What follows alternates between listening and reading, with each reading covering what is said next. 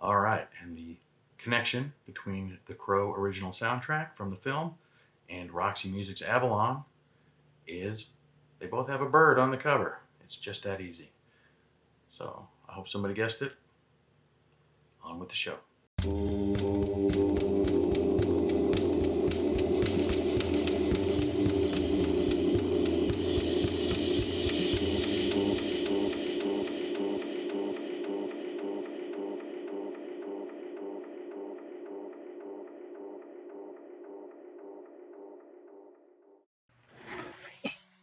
Hey VC, Plastic Eric here, Plastic Sound Cold, here for another edition of Collection Connection. The game that's just an excuse to talk about music. It's a game that I play with my brother Bryce.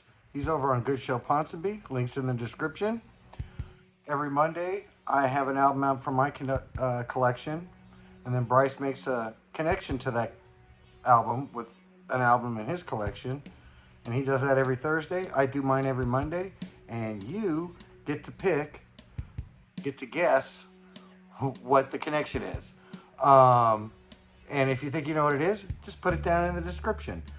We did have one for Bryce's last video. Once again, it was Murdock over at Murdock Music's Minute. I got it wrong last time because I went off of his little code, which said Murdock's Reviews. But it is Murdock's Music Minute.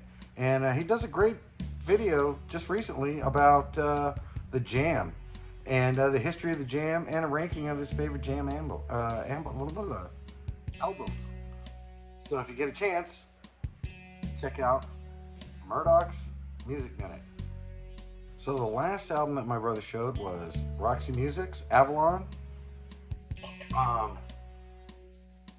was kind of already set up. I like the song Avalon, and I like More Than This.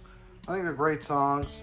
But I figured the rest of the album wouldn't be up to par to that. And, for such a well-known album, I really didn't know it.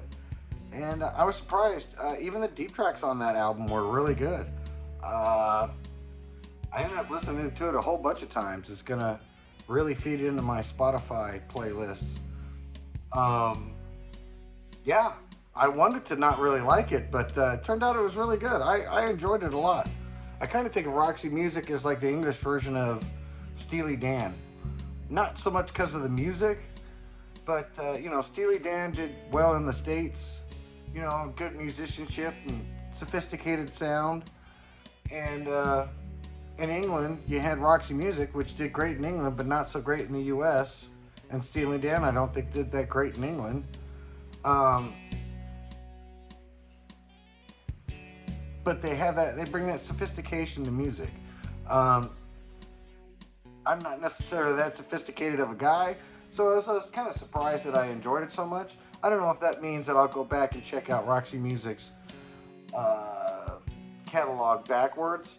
But if this album ever comes up and I'm out in the wild and I see it, I'll probably get it now because I don't think it's that bad of a record, actually. The album that I connected with to Roxy Music was New Order's Brotherhood from, I believe, 1986. Excellent album. First concert I ever went to was for New Order's tour of this. The fall opened up, and then I saw New Order down at San Diego State's amphitheater. And I already had this on tape for a long time. Or not for a long time, but long enough to where I knew the songs that were off of this and some of the other songs that they did. I remember it started off with Blue Monday was the first song that they even came out with, which, something like that usually comes out at the end. But they did most of the songs on this album, if I remember correctly, and I didn't think it was that bad of a concert. They don't move around a lot or anything like that, but overall, it was an interesting concert, and I think a good concert for being my first one. Interesting thing about this album is that you can see here that they don't have any markings at all really on there except for that lettering, and they kept again,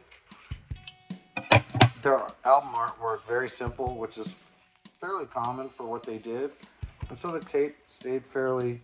I used to have a T-shirt from that concert with that printed on the front, and then New Order and the dates on the back. But unfortunately, some drunk girl in Mexico, it had like a little hole at the top. She put her finger in there and just ripped a bigger hole in my shirt. Thanks a lot, you dumb bitch. Brotherhood, very minimal type,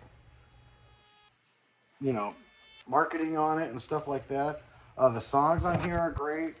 Um, and actually, it's one of the few ones again that I've also got on album. But I got a reissue, so you can see that the album looks a little bit different. It looks more almost like a satin silky type thing. And I think that number is printed on like titanium strips or titanium rolls or something like that. I'm not sure. I looked it up and I still couldn't quite figure out what it was that it is. It's some kind of thing so they can identify what it is if it gets shipped, I guess. So again, very minimalist. The songs on here are fantastic. Um, Side one, I would say Weirdo and Broken Promises are the songs I like the most. But the second side is such a good side. Um, Starts off with Bizarre Love Triangle. All Day Long, which is a great song. I love the symphony parts at the end of that. And Angel Dust is the next song, which is kind of the lowest of all the songs. And then it ends with Every Little Counts, which is a fantastic song. It ends with the record being scratched at the end, or it's the sound effect that they do, which is, I'm sure the first time you listen to it on this is very effective. It's not as effective when you listen to it on the tape. You get the joke. They didn't make it like a tape crinkly type thing. But the funny thing is from what I understand, the CD actually has like a CD skip in it.